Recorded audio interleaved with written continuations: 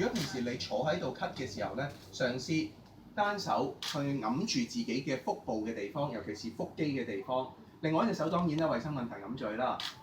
微微耷低頭，微微將腹肌收實，試下將個動作減得比較細，而力咧係擺咗落個耳背嗰度嘅，跟住先至去做咳嗽同打乞嗤嘅姿勢。咁樣相對嚟講咧，由於腹肌俾你嘅手增加咗個力，去增加嗰個保護。後邊有個凳幫你做咗一個承托，類似做咗一個腰封去保護你嘅脊骨，咁相對地椎間盤突出嗰個壓力會減得細啲嘅。